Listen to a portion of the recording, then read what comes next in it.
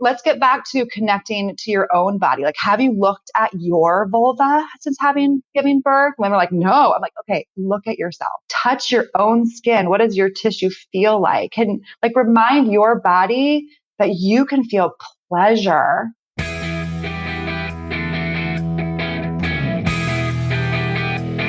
You're listening to the MILF Podcast. This is the show where we talk about motherhood and sexuality with amazing women with fascinating stories to share on the joys of being a MILF. Now here's your host, the MILFiest MILF I know, Jennifer Tracy. Hey guys, welcome back to the show. Happy New Year. Happy 2019. This is the first interview of 2019. Very exciting. This is MILF Podcast, the show where we talk about motherhood, entrepreneurship, sexuality, and everything in between. And I'm your host, Jennifer Tracy. So lots of exciting things happening already in this new year. We are smack dab in the middle of our MILF-mas contest, 12 Days of MILF-mas contest, where we've been giving away a MILF tea every day since Christmas. And that will go on until this Saturday, January 5th. That'll be our last day.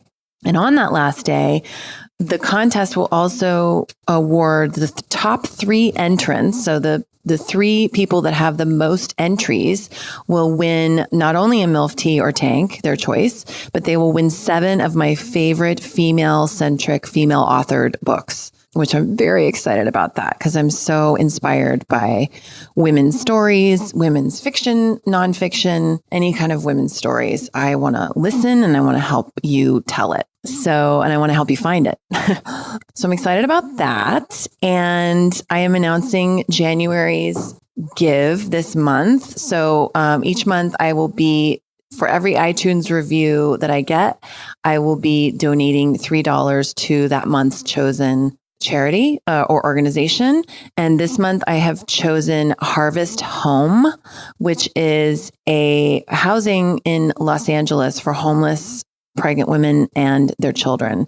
And it's a beautiful organization. If you want to check it out, it's harvesthomela.org. And I just love what these people do and how they really care about these moms and their babies. And so their whole thing is that they provide a beautiful space and home and community for these women and their children.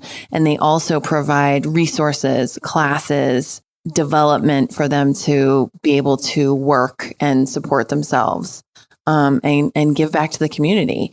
I think it's an amazing organization and I'm really excited to be donating to them this month. So go ahead and leave us a review. You can go to milfpodcast.com/Apple, or you can just go to iTunes directly and do it there. There's lots of ways to do it. What else? Oh, I wanted to mention the ratings thing again. So recently my team and I made the decision to put the explicit ratings, which is, there's only 2 ratings. There's either just clean or explicit. There's no in between. And, we're one of those sort of in between shows. I mean, occasionally an F-bomb will be dropped.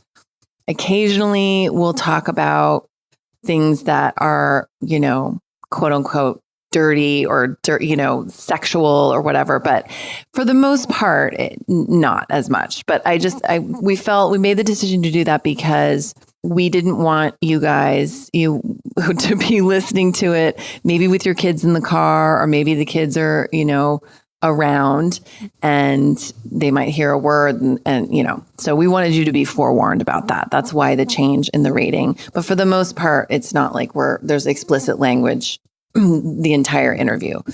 So without further ado, I'm going to introduce this week's guest, Alicia Willoughby. Alicia came to me through Instagram, I think. She found me on Instagram and she was a fan of the show. And she said, hey, I love your show. And also I have a really unique message and something I want to talk about. Could I be on your show? And I said, yes, absolutely. What do you want to talk about? And so I learned who she is and I learned what she does. And she is a physical therapist in Northern California who works with women pre and postnatal on their strengthening their pelvic floor. Now, this is something before I talked to Alicia that I really knew very little about, really. And I feel like I think I'm someone who's pretty in touch with my body and my different parts, but wow, just really I got an education listening to her talk. She's so smart, has so much experience with this. Alicia is a total baller MILF. And it was such an honor to have her on the show. I loved listening to her insights, and I loved learning more about the pelvic floor, my own pelvic floor. So yeah, Alicia's a baller MILF. Also, just FYI, if you want to download the 7 Habits of Baller MILFs, which is a little something that I wrote after having interviewed the first 30 women for the show, just go to my website, milfpodcast.com, sign up for the newsletter, and you will immediately be sent this thing that I wrote about the 7 habits of baller MILFs. Because it's really true. These women all have very similar habits, and they embody that, and they're at the top of their game in many, many different areas of their lives. So enjoy my conversation with Alicia. Hi, Alicia. Hi. Thank you so much for coming on the show. Oh, thank you so much. This is so fun. I'm so excited. Oh my gosh. So you are where are you right now? So I'm in Marin County. So I'm about 20 minutes north of the Golden Gate Bridge. So beautiful. Yeah. And are you from that area? I am. I'm from Novato in Marin County. I live in San Rafael now, but yes, born and raised in Marin, and here I am now. Beautiful. And so Alicia reached out to me and found MILF podcast and reached out to me and said, "Hey, I have some interesting things to share with the MILF community. It's really interesting, like what you do. So tell me a little bit about what you do now." So I'm an orthopedic and women's health physical therapist. So what that means is I started out in orthopedics, your typical knee pain, back pain, neck pain surgeries. And then through my career, I started shifting into treating mothers. And that started with treating women during pregnancy. I started realizing that women, before I even was pregnant, that women were having back pain during pregnancy, and everyone was telling them that was normal.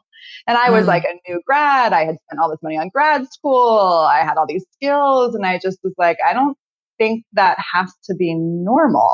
So I started doing I did some extra training, because in PT school, you have one day about pregnancy lecture. Wow. Really? Yeah. And one day about the pelvic floor, where you spend like a whole semester on the shoulder or something, I mean, can we just pause there for a second and talk about the fact that the pelvic floor and the vagina and the hips and all of that is why we're all here. Exactly.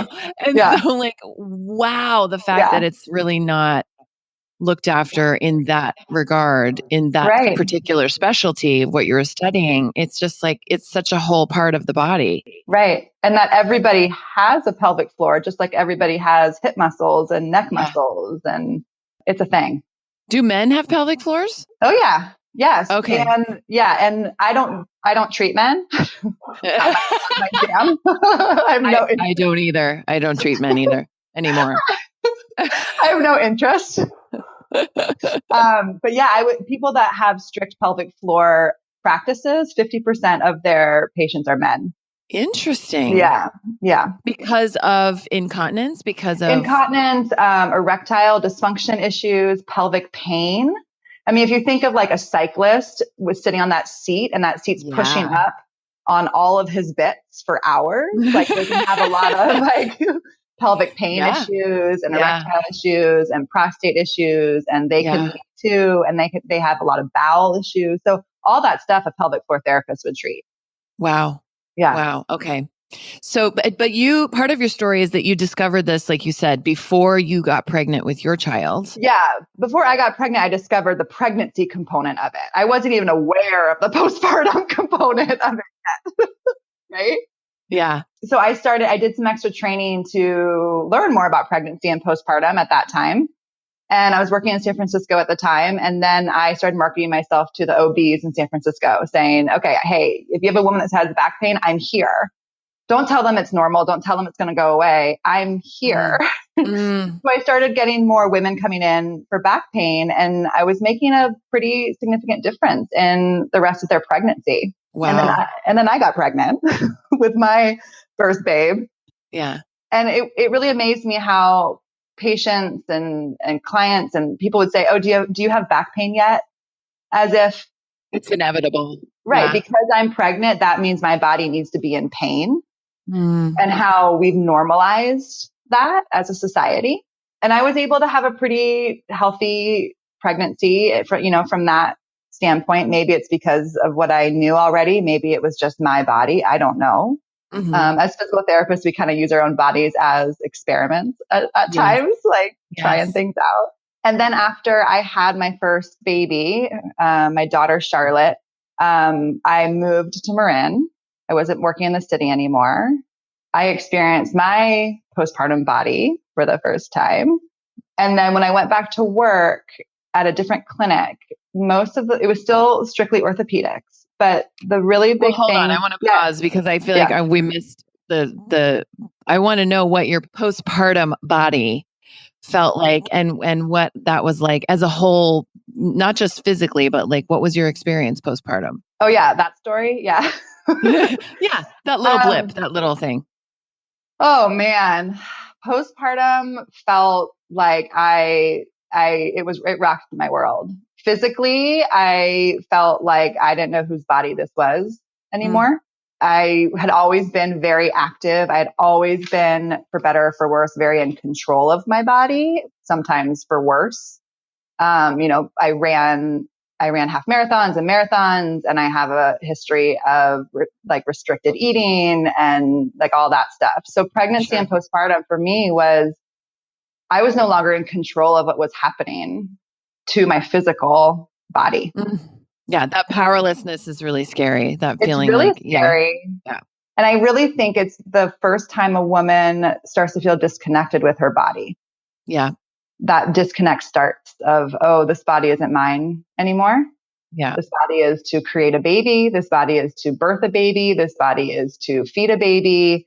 And my husband needs my body too. Like, my body is not mine anymore. Yeah. Right? Yeah. Yeah. So physically, I felt okay. I didn't have any injuries, but I felt disconnected and lost within my physical body. I had a little bit of like typical baby blues when my daughter, I remember around 4 months, a friend saying to me, "Do you think you have a little postpartum depression?" Because I was kind of just in a little bit of a funk. What did the funk look like? Like what does that look like? What did it look like at that point? I'm trying to remember. I just felt down. I wasn't enjoying myself. Yeah. I wasn't enjoying myself. People would say, "Isn't this wonderful?" And I'm like, yeah. I mean, I just wasn't enjoying it yet. Sure.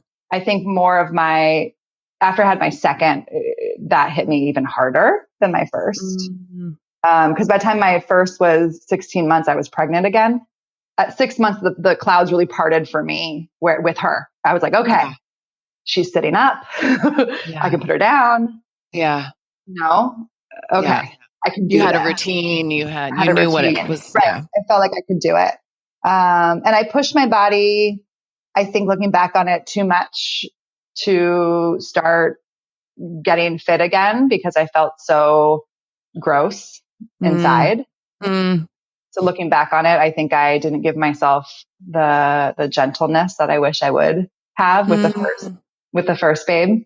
Right. Well, and you had all this amazing knowledge that most women don't have. Right. So it was probably like, I'm guessing it was probably like, let me put this into action. You know what I mean? Because that made you feel empowered in a situation where you had been feeling powerless. Like I know how to do this. Exactly. You know what I mean? And I think I thought because I had all the knowledge, I could make it happen faster.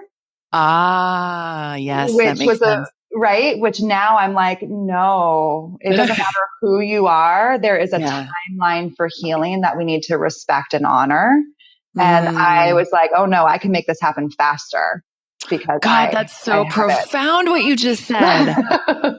That is so profound what you just said. There's a timeline for healing and we have to respect it. And God, that goes for everything. I just lost a dear friend to suicide and it's only been 5.5 weeks. And it's like the timeline. Anyway, I'm relating that to so many different areas of of all of that. Like the timeline for healing is the timeline for healing. It's not up to us. So I love that. Thank you for saying that. Anyway, sorry for the interruption. Yeah, That no, just that's really hit fine. me. Yeah. Yeah. And I say it all the time to my clients now, all the time, because everyone they're wants to be impatient, probably. Yeah. absolutely, which I get. I mean, I get, I say that to them. I hear you. I understand you. Yeah. I've been Yeah. there. Yeah. So you pushed through with your first child I pushed you through. and then you physically got your body back and then you got pregnant again. Yeah. Physically, I felt fine. And then I got pregnant again. I remember being like, holy shit. Like I just went out and bought new clothes. Yeah. Like I just started feeling like myself again. And now we're going to do this again. Yeah.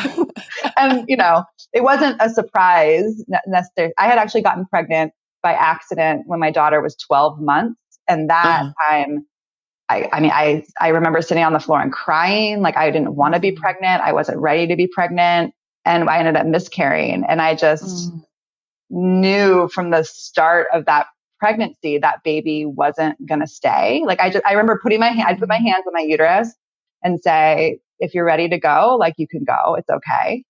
And it never stuck. And people have their own thing about miscarriages, right? Everyone has their own kind of belief of that, if that's a baby they lost. But then when I got pregnant with my son, I know that was him coming back. Like I just know, like, because before I got pregnant with my son, I felt this like being there. I knew I was going to conceive a boy. Like I just knew. And I remember saying to him, like journaling and being like, I'm not ovulating yet. Like just hold on. Like I can't create you yet. Like I know you're ready. Like, but I just can't. That's so beautiful. I can't bring you in. Yeah. And so I really feel like he knew I wasn't ready, and he came back a few months later when I realized I was. So wow. Yeah, it's a special. That's beautiful. It was special for me in that way. And how old are your kids now? So my daughter's 8.5 and my son is 6.5. Oh, wow. Yeah. So first grade and third grade. Yeah. You can breathe a little bit. I can breathe a little bit. Oh, it's still a lot. I mean, mine's 9.5 and it's like full time mommy. So, okay. So you have your son. So now you have two babies. Now I have two babies. And you're back at work part-time, or what does that look like? I worked part-time through his pregnancy, and then I took 4 months off and then went back to work when he was 4 months old, part-time, still part-time. Still working for somebody else at the time. And I knew I wanted to go back to work. They all laughed. They knew I'd be back because I was the only person that showed up Monday morning. I was the only person that had kids. I was the only person that showed up Monday morning like, hi. So happy to be there. I mean, Charlotte was only 2 years old when Brandon was born. Like she was a baby still. Yeah. And that time rocked my world more. Having the two kids or the birth of the second child? My births were amazing. Like I would birth, but I don't want more kids. Like I had home births with both of my kids. I had really empowering, peaceful births. I feel so blessed in that way. So giving birth was a very empowering experience for me. It was the aftermath of it all, right? Like the kids, having the two kids, and my daughter right around 2 started just being really spirited and fiery, and she's very explosive. And it just started me on this really big struggle of motherhood. More than like the first one was hard, but the second one, I say sometimes I'm still trying to adjust because it's motherhood. And why I love what you're doing is because there are these real, honest, raw conversations that I really believe in having, because so many women and so many of my clients sit in front of me and they feel like they're having an experience that's different because all we see is Instagram and Facebook, right? I probably look like I really love being a mom on Instagram and Facebook. Yeah. But motherhood is a role that I feel like like so uncomfortable in. It's like it's like an itchy wool sweater that like I can't get off, you know? Yeah. It's like this, it doesn't feel comfortable. I struggle a lot in it. And that started right after I had him. Yeah. Where it's just been, and it still is, a really big uncomfortable struggle. Yeah.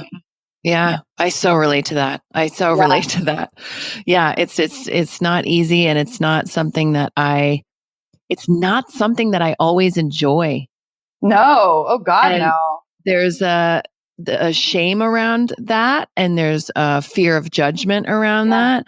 But it's really important for me to say that, most of the time I just want him to go to bed. I'm tired, and I'm newly divorced. We've been separated for 2 years, newly divorced, amicably. I always say that. I'm very grateful. I have an incredible ex-husband. And when my son is with him, like today, this morning, I woke up, I was able to sit by the fire. I was able to journal. I was able to meditate. I was able to do all those things. That's one day a week I can do that. And I cherish it. Yeah. See? Oh my God. It's heaven. Because normally, since the time he was born, it's like I wake up and I'm shot out of a cannon. Yes. And it's just go, go, go, go, go. There's no like quietly, waking up. I mean, then that's just also partly my child's personality. Mm-hmm. But that's how my daughter is. Yeah. It's just like, mom, he's always been like, get up, let's go. There's no like getting into bed and snuggling with mommy. That's never been the case. Right. So I completely relate to the itchy wool sweater, and it is most of the time very uncomfortable, and I feel overly exhausted most of the time. Yeah, I know. I always say I sleep great. I sleep 8 hours. I sleep great. My kids sleep great, and I'm exhausted all the time. I think, my nervous system is on overwhelm and overstimulated all the time when I'm around them. It's like and then I have anxiety. And so I go into this like paralyzed place where I just like can't even function because they're so loud, and I can't even get myself to like put the dishes away. And because I'm so overstimulated that my system is just like on shut. It's like hovering around shutdown mode all the time. Yeah. In all honesty, there are like less moments where I feel like I got this, I'm doing this, this is great, than the moments where I'm just like, this is a shit show. And how do I escape? How do I escape? Totally. Oh my God. Yes, totally. Just this morning, my daughter was mad at me because I wouldn't let her keep red lipstick. That's a whole other thing. And she walked out the front door and like sat out on our porch, and it's cold. Yeah. Like, all right, there you go. Hang out there as long as you need to.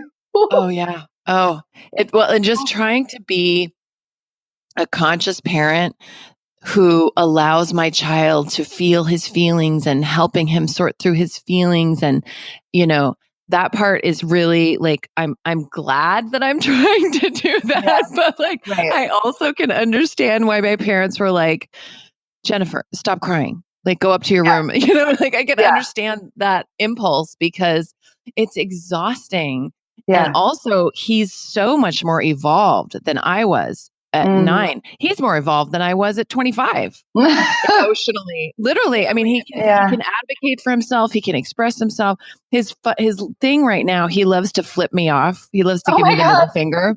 And then I'll be like, Blooms. And he'll say, I'm not doing it to you because the finger isn't facing outwards. He'll like hold it up to the side. So I'm like, okay. So I let it go because he only does it here at home. But I'm like, I know I'm screwing this up somehow, but it's almost like a funny joke between us because it lets him like let his anger out in this way. Exactly. It's like at least he's expressing it, and he's not repressing it. He's not like shoving it down. No, he's very expressive. He's going to explode later at someone else, Yeah.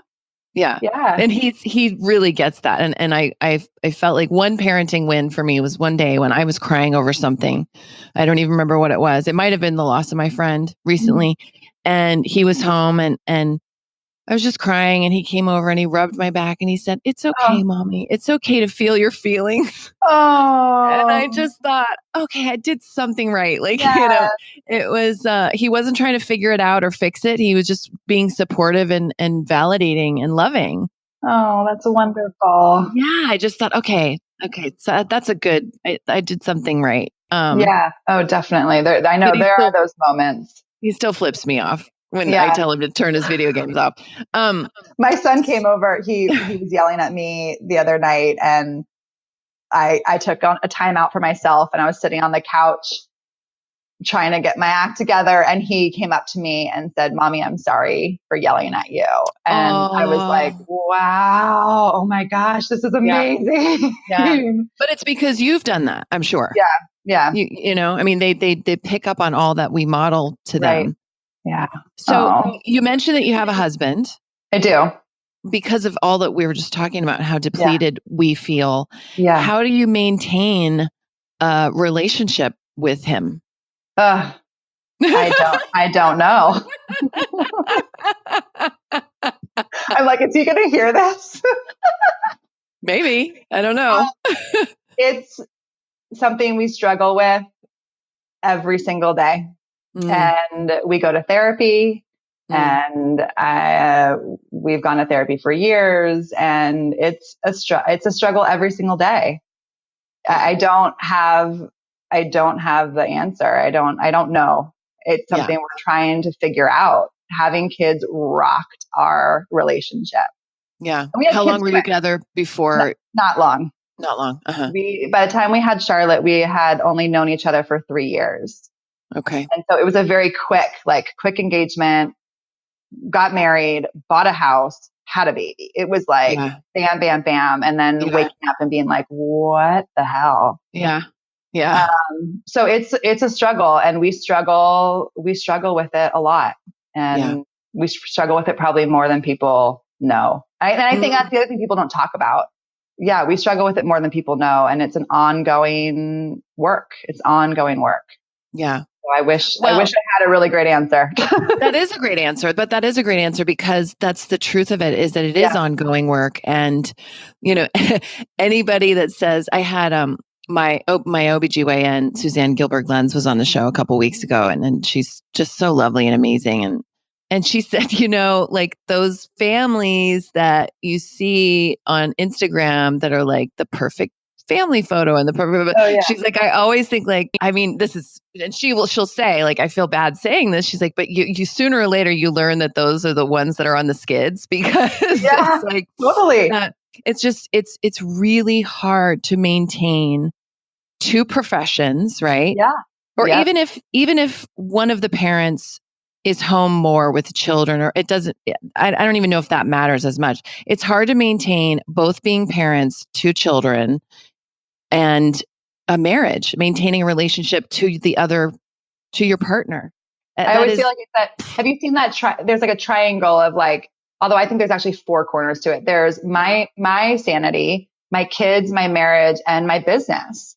And I think the original thing, there's 3. Maybe business isn't in there, but they said you can only give to 2 of them. So one of them is always going to be sacrificed. And so if you add in the 4th one of like myself, my business, my kids, my marriage. Yeah. If I can only attend to 2, then two are always falling apart. Like I turn my head to one, and then I look over and something else is on the ground. Yeah. So what you just said reminded me this year when I was trying to make our Christmas cards. I felt exactly what your OBGYN was saying of like, because we just got family photos done, and I'm like, this is bullshit. Like this is not our life.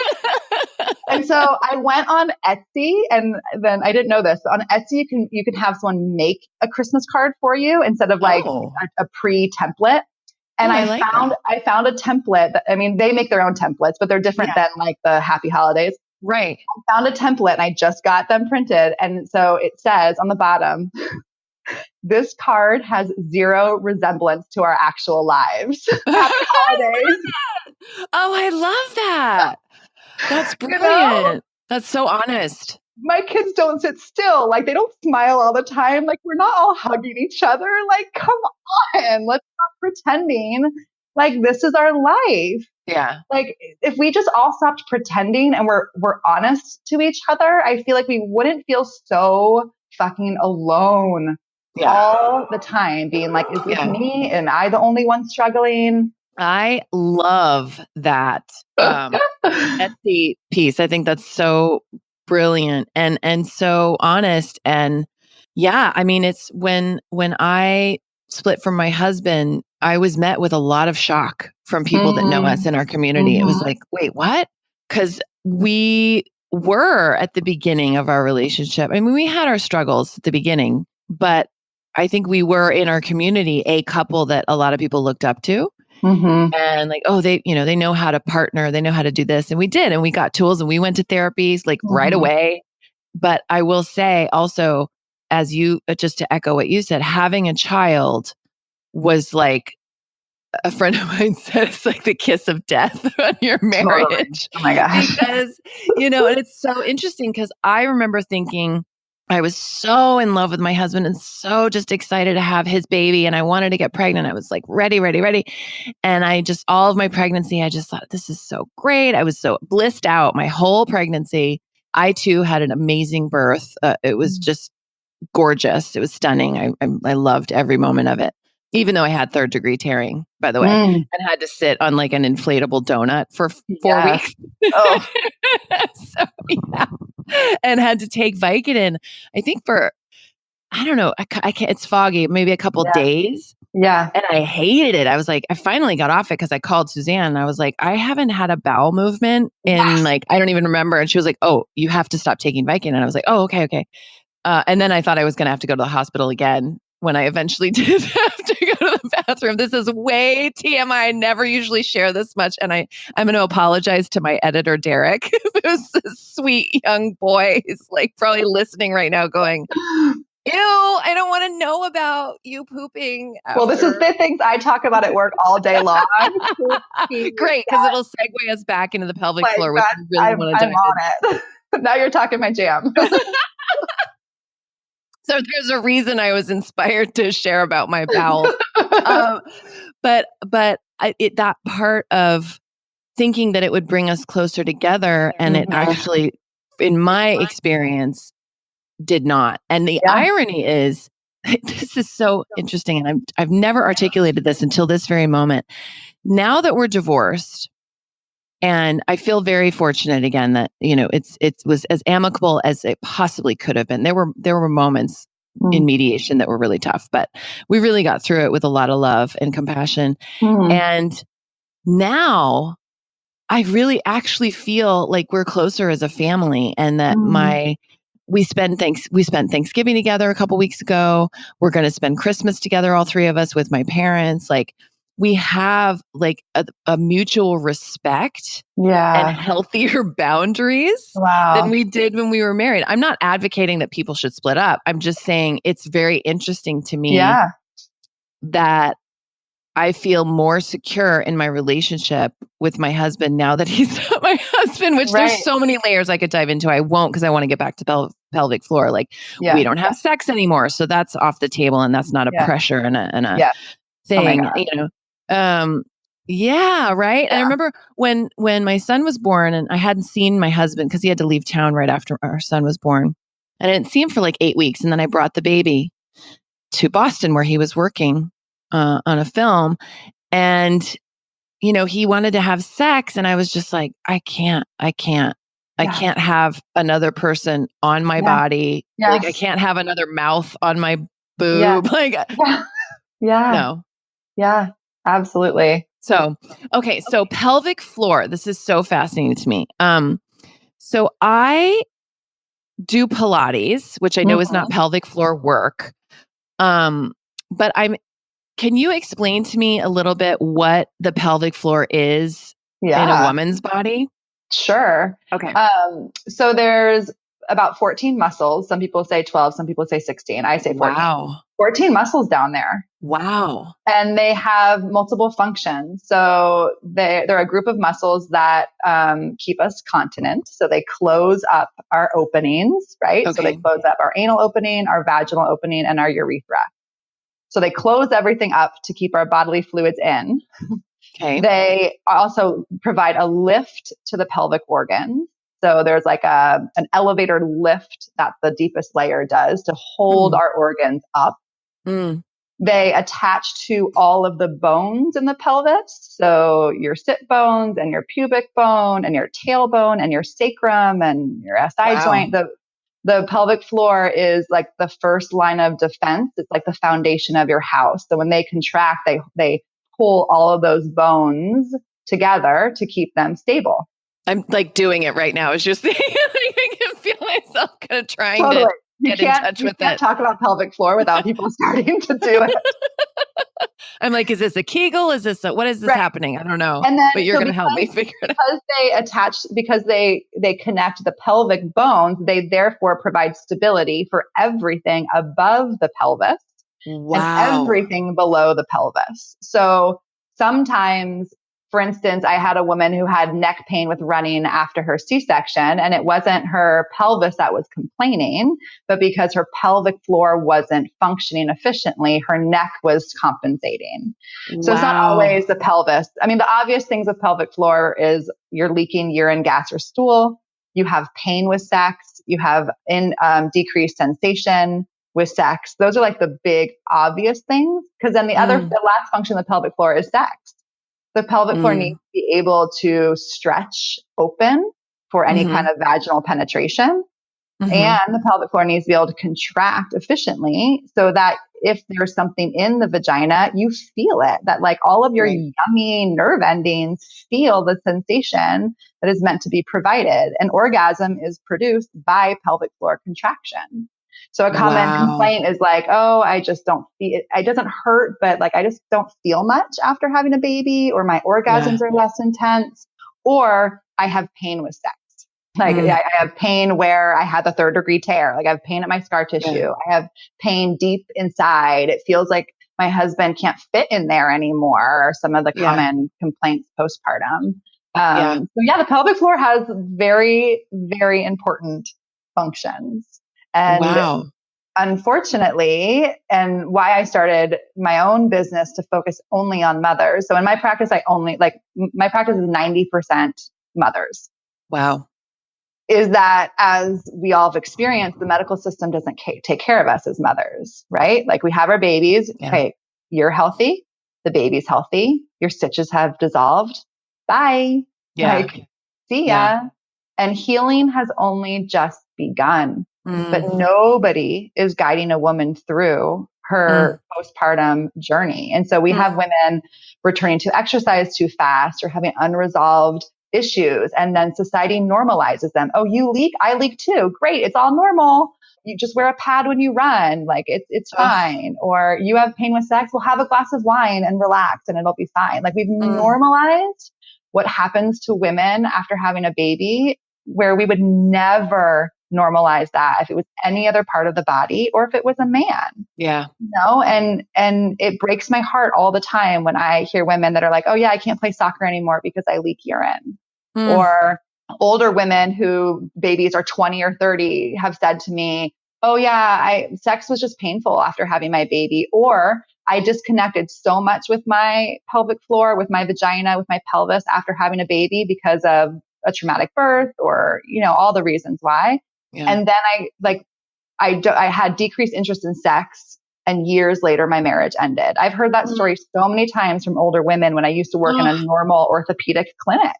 Wow. And so it's like, if I just got this fire under my ass of like, if I can get this information to women sooner, like they're going to not only feel better in their own bodies, like motherhood is hard enough without pain, without leaking, without feeling like your body can't even do what it's meant to do to take care of your kids. Yeah. Be able to lift your kid and not be afraid that your back's going to hurt, that you're going to prolapse, like that something's going to fall out of your vagina, that you're going to leak. Yeah. You should be able to have sex and know, like I talk to women all the time who are like, well, I'm not really interested. Like, I'm really tired. I'm like, look, I get it. But my job is when you do have sex, that it feels good, that you're not afraid of pain, that you're not afraid it's going to hurt, that you just have, if it doesn't feel good, who's going to want to do it? Like, Yeah. right? It's like We have, Handmaid's Tale we have enough on our situation. plate. Yeah. We have enough on our plate. Yeah. So it's a big deal. And my business is all about providing women what they're not getting anywhere else. You know, the care, the guidance, the support, I'm on your team to help you return to being a full woman. I talk about sex all the time. I have a little spiel I always give them postpartum about sex, about how okay, I know I did when my midwife was like, okay, you're clear. I was like, okay, we have to go have sex. My poor husband, he's waited so long. Let's get to it. And we skipped everything that's supposed to happen before sex. Yeah. So what I tell to my moms now is take sex off the table. Yeah. Remember all the things you used to do when you used to mess around in a car in high school? I mean, I did, let's get back to connecting to your own body. Have you looked at your vulva since giving birth? Women are like, no. I'm like, okay, look at yourself. Yeah. Look at yourself. Touch your own skin. What does your tissue feel like? And remind your body that you can feel pleasure. Yeah. And when you can feel pleasure, because I think this has been mentioned before on one of your podcasts, but motherhood and sexuality for me felt like they didn't belong in the same box together. Sure. Becoming a mom. We're the same universe, honestly. Totally. Yeah. Becoming a mom stripped me of my view of myself as a sexual being. Yes. And I had to fight hard to find that again. And S Factor was one of the things that helped me with that. Yeah. But, I see it all the time. And so I really try to help guide women to remember that your body is supposed to give you pleasure with a partner or without, with intercourse or without. Yeah. And it's a big deal because no one's talking about it. So it's true. Yeah, it's true. And I think, it's why I talk about it so often on the podcast. And thank you for bringing that up because that was a big piece of what happened for me. And I've talked about this before, once my child was in preschool and I kind of, my head looked up and I was getting treatment for my postpartum. I got a medication. I was in therapy and I was 37, 38, I think. And I just was like, and I started S Factor and I said, I'm a sexual being. And then I kept doing S Factor and I was like, I'm a really sexual being. I'm actually more in touch with this sexuality at this age than I've ever been. And I remember years ago, long before I even met my husband, and I had a friend who was in her late 30s and she was single and having a lot of sex. And she said, oh, just wait. She's like, when you hit your late 30s, she's like, it's something just happens. And I was like, it does? That's okay. And then I had my baby. I was 34 and I thought of her often. I was like, oh, well, that's never going to happen. Because I was just so deep in the fog of you said so brilliantly, just being completely disconnected from my body, not feeling empowered in my body, not feeling unified with my body, feeling honestly kind of betrayed by my body. Oh my God. Yes. You know, and just well, A, you got me into this mess because I got pregnant, and B, why are you so tired? And why is, So, Yeah. Fascinating to me. So when you get a new client and she comes to you with, I'm sure you have a variety of different complaints or issues that people come in with, but what do you treat with? So you're a physical therapist. Do you what methodologies do you use to help them strengthen?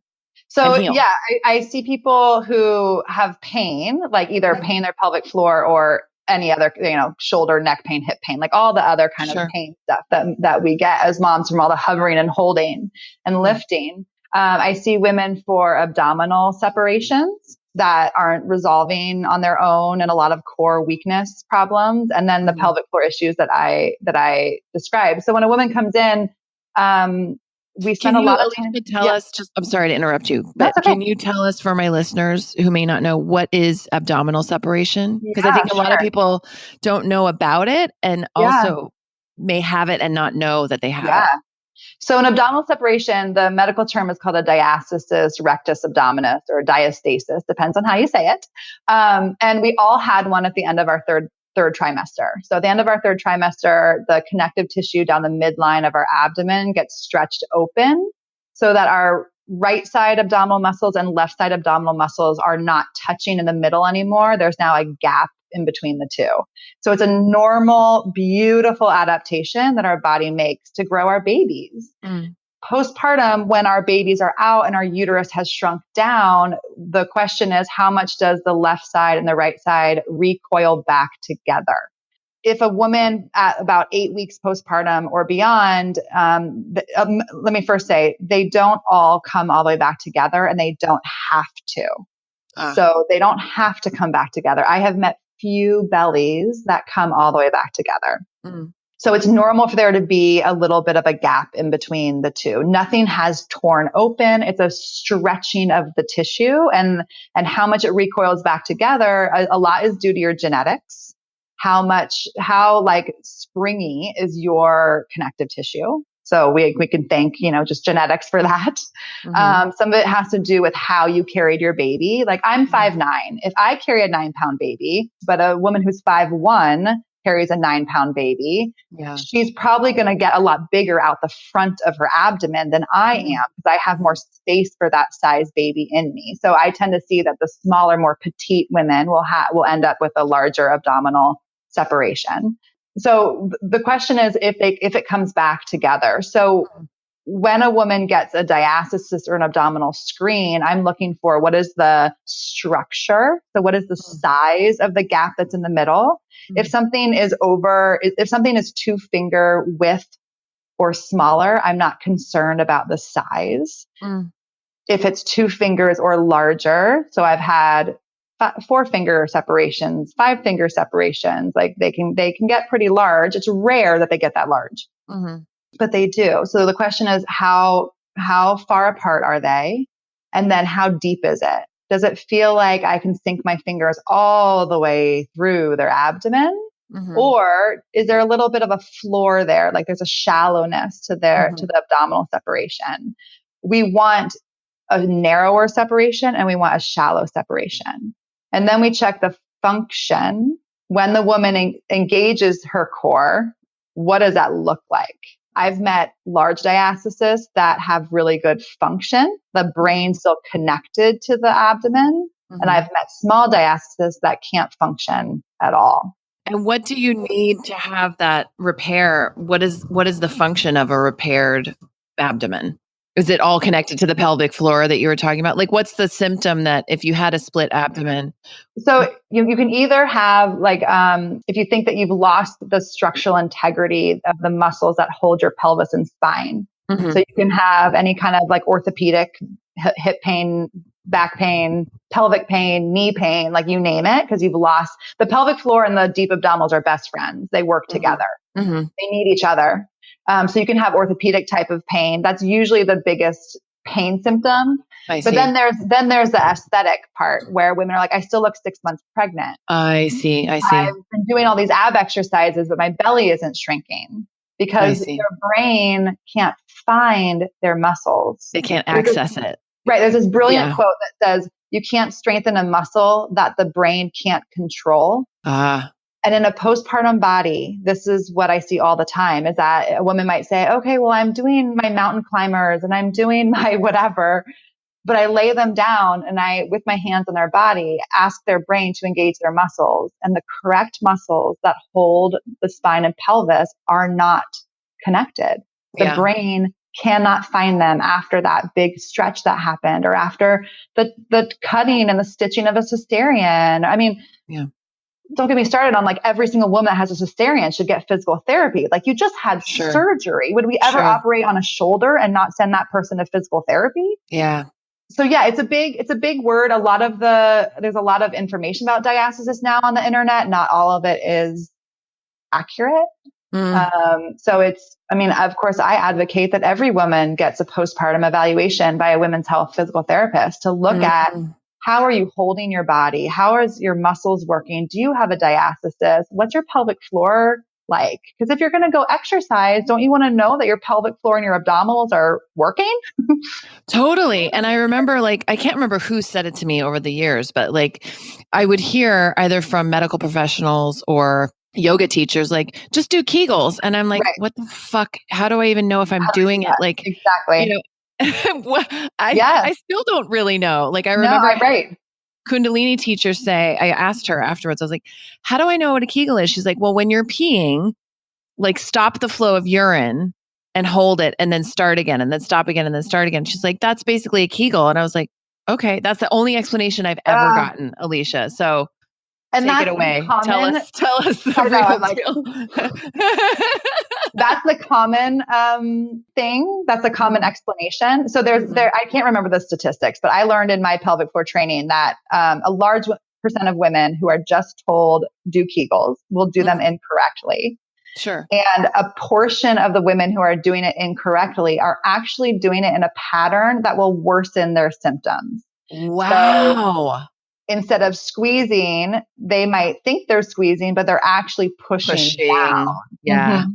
Right. So, and if you are only squeezing like you're stopping to pee, you're only contracting about a third of the pelvic floor muscles. You're not getting the pelvic floor muscles that wrap around the vagina. You're not getting the pelvic floor muscles that wrap around the anus and hold your pelvic bones together. You're not getting any of that. So a better verbal cue, and it has to be paired with breath. So I can't talk about this without talking about breath. Okay. When you inhale your breath, when you inhale and your diaphragm drops down into your abdomen, that's when your pelvic floor should relax down to the floor, like you're letting an egg fall out of your vagina.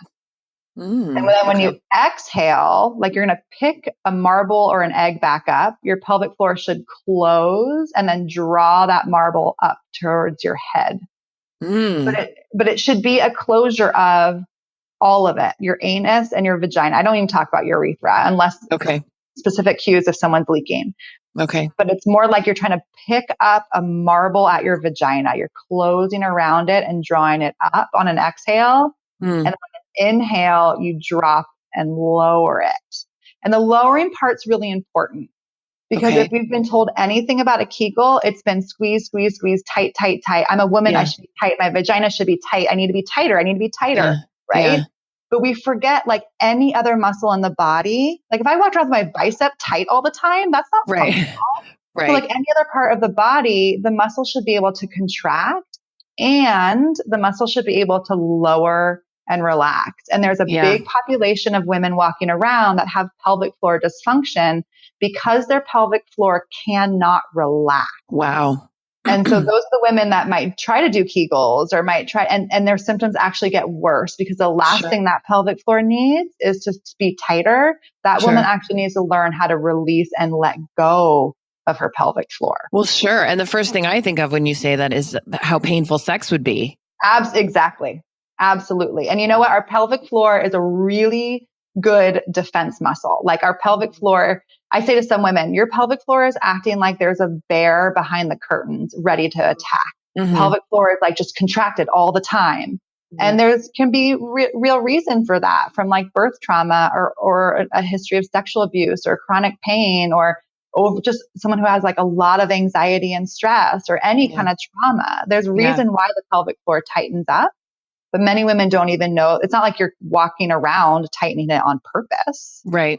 The brain doesn't even know. A lot of women post C-section will end up with a pelvic floor that is overactive because the C-section is such a big trauma to the body that the pelvic floor is trying to protect the body by tightening up. And even after the cesarean heals up top superficially, the pelvic floor is still on guard, like ready to protect you. And I will also throw in that I would say about 50% of women, that breathing cue that I gave feels completely opposite to them. Yeah. So they want to contract on an inhale. Yeah. Instead of on an exhale. I just did it while you were saying it at first. And I remember that's exactly was my experience. You said inhale. And then I was like, like, I was pulling up the marble before you said pull up the marble. And I was like, oh, relax now, relax. It was the opposite. It was very interesting. Yeah. And so if the breath is opposite, that is like the first thing that a woman needs to clear out. Retrain. Yeah. So you that's one exercise that you have. What are some other, I'm sure you have a coterie of things that you do, but what are some other examples of things that you do with your patients, with your clients?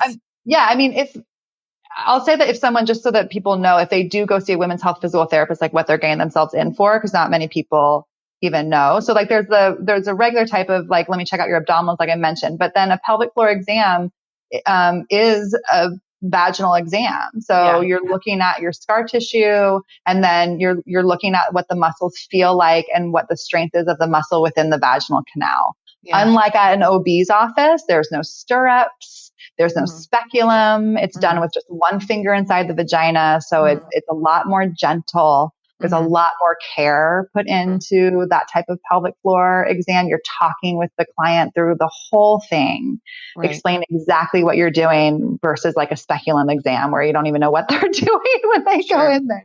I could say in general, it's reconnecting the woman with the muscles that need to be reconnected. How do I contract and relax my pelvic floor? How do I contract and relax my abdominals in a correct pattern, in a correct breath? And then the reason why Kegels don't work, or the reason why Kegels, you hit a plateau quickly, is that the pelvic floor doesn't work alone. Like if you're going to do Kegels, you're going to do them just sitting here, right? Like 1, 2, 3, 4. But your pelvic floor, like when do you need your pelvic floor? You need it when you're standing. You need it when you're walking up the stairs holding a toddler and a grocery bag. Like you need it when you're going to jump. So you have to very quickly take the pelvic floor and integrate it with the abdominals, integrate it with the glutes, integrate it with the hip muscles, integrate it with movement. Wow. So, I mean, that's what I teach is like the exercise might look like a normal, like shoulder exercise, but actually, or a sidestepping exercise.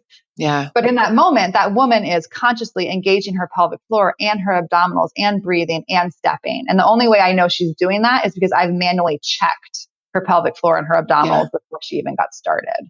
Wow, that's amazing. That's so cool. So like, wow, that's awesome that you do that. I feel like that's such an underserved demographic. It's just the demographic. I mean, half the population are women, and I don't know what the percentages who've given birth, but you're right. Like I think back to, I mean, nobody checked in about, I do remember Suzanne, my OBGYN had said, you should do some pelvic floor, like try to get a prescription. She said, your insurance may cover it, they may not.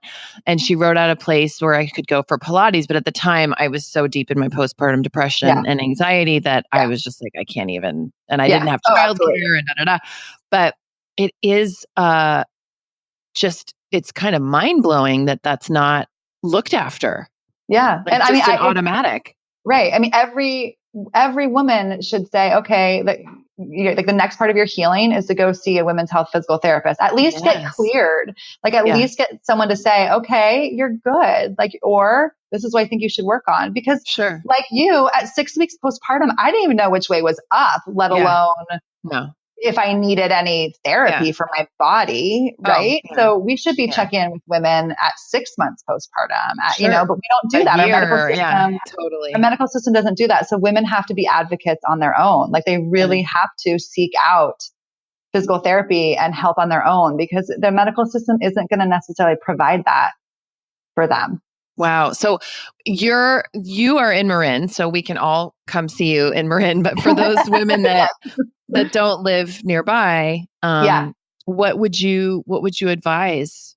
Yeah, I can give you a couple links that are women's health physical therapy directories that you could post in the show notes, because there's 2 directories that you can put in your zip code and it'll pull up, you know, where the closest women's health physical therapist is. Great. So there are other versions. I mean, there's nobody like you, Alicia, obviously, but there are other women or there are other therapists doing this work. Oh, absolutely. I mean, I would say my practice is geared just towards mothers. There's there's fewer of where I'm here for the mommies. Yeah. But there are many more pelvic health, pelvic floor, women's health physical therapists Okay. around. Absolutely. Great. Absolutely. Yeah. Awesome. I want to treat the mommies. Yeah. Yes. And thank you for that. And this has been such a treat. And we've come to the time, my dear. Oh boy. Where I get to ask you the 3 questions I ask every guest. And then we go into a lightning round of questions. So first question, what do you think about when you hear the word MILF? Now I think about a woman who, regardless of her shape and size, is connected and rooted in just the power she is as a woman, just the power that she has and the power of her sexuality and owning just how fucking hot she is because she's a woman. Yeah. What's something you've changed your mind about recently? For better or for worse, I don't change my mind a lot. Like for better is I'm a type of person that when I decide something, I stick to it and I push and I go and I am like, I'm going to get it done. Yeah. For worse, I'm stubborn. And you must be a Virgo or a Taurus. I'm a Capricorn. Oh, you're a Capricorn. Okay. Yeah, I'm very that shows how little I actually know about. I'm very work driven. Like this is the plan, and this is how it's happening, and you don't care for the plan. Hence why motherhood shook me up so much, right? Yeah, right. Exactly. This is the plan. You're like flexibility. What are you talking about? I don't do that. My mind very often. Okay. I should. I'm going to try to more, or not. Be you. Do you? Yeah. How do you define success? I define success as finding the reason why you're here, like finding the purpose, like your calling, like what lights you up and being able to do it, being able to give your genius, give your gifts to the world. And for me, and getting paid to do that. Like, I'm not going to lie. Yes. Nothing feels better. I feel the most rooted and grounded when I'm at work, when I'm sitting in front of a client and I'm in my intuition and in my genius and providing and giving and listening. That's success. That's success to me. Yeah. Lightning round of questions. Okay. I'm ready. Ocean or desert? Ocean. Favorite junk food? Dark chocolate covered almonds, although I don't really consider them junk food. I consider them a necessity. Yeah, no kidding. And there's protein in that. So exactly. How chunky is it really? That's pretty good. Right. Movies or Broadway show? Oh, kind of neither. I'm more of a... I love it. You're more of a Netflix and chill kind I'm of more guy. of a give me an hour show and no more than that. Totally. And preferably beginning before 6 p.m. because by 8 I'm in a coma. Yeah, exactly. Daytime sex or nighttime sex? Daytime, which is a problem, but daytime. Cat person or dog person? I have a cat. I would say a cat person. Okay. I love dogs. I too. We just don't have one yet, but cat. I've always had a cat. Have you ever worn a unitard? No. Shower or bathtub? Bathtub. Ice cream or chocolate? Chocolate. On a scale of 1 to 10, how good are you at ping pong? Oh my God. Maybe a 5. Okay. What's your biggest pet peeve? Oh God. What's my biggest pet peeve? I don't know. I probably have one. My children. I love that answer. We're going to go with that. Okay. If you could push a button and have perfect skin for the rest of your life, but it would also give you incurable halitosis for the rest of your life, would you push it? No. Superpower choice: invisibility, super strength, or ability to fly? Well, at S Factor, I feel like I already have super strength and ability to fly. Yeah. So I'm going to go with invisibility. I love it. Would you rather have 6 fingers on both hands or a belly button that looks like foreskin? I'm going to say 6 fingers because I do a lot of like hands-on body work on my clients, and maybe that would improve it. One more finger to get into an extra muscle. I don't know. I love it. But then I guess I'd have to see it. So I don't know, but I'm going to go with the 6 fingers. They would have to see it, but then they would see the results. Totally. They might be like, go to the therapist that has 6 fingers. Go to 12 finger Alicia. 12 dozen digits. There it is. There you go. Dozen digits, Dozen Alicia. digits. Yeah. I could do that all day. Just come up with names for your new practice with 12 fingers. What was the name? What was the name of your first pet? Kitsy. What was the name of the street you grew up on? Okay, so the street I grew up on was Orchard Way, but because I know where you're going with this, the street that I lived on when I was a newborn was Cherry Street. Oh yeah. So Cherry Street. Cherry? Totally. Kitsy Cherry? Oh. I mean, that's the gift that keeps giving. Right. Kitsy Cherry. With 12 fingers. Oh. Kitsy Cherry 12. Yeah, we're going to work on that. I got to Kitsy Cherry dozen digits. Something. I don't know. I got to work on it. I'll get back to you.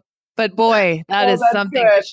She could have her own pelvic floor practice and her own burlesque show all in the same space. It's so funny. A friend of mine says that I'm going to be the physical therapist that has like a red room. Like, yes. Like, and behind here, let me show you my pole.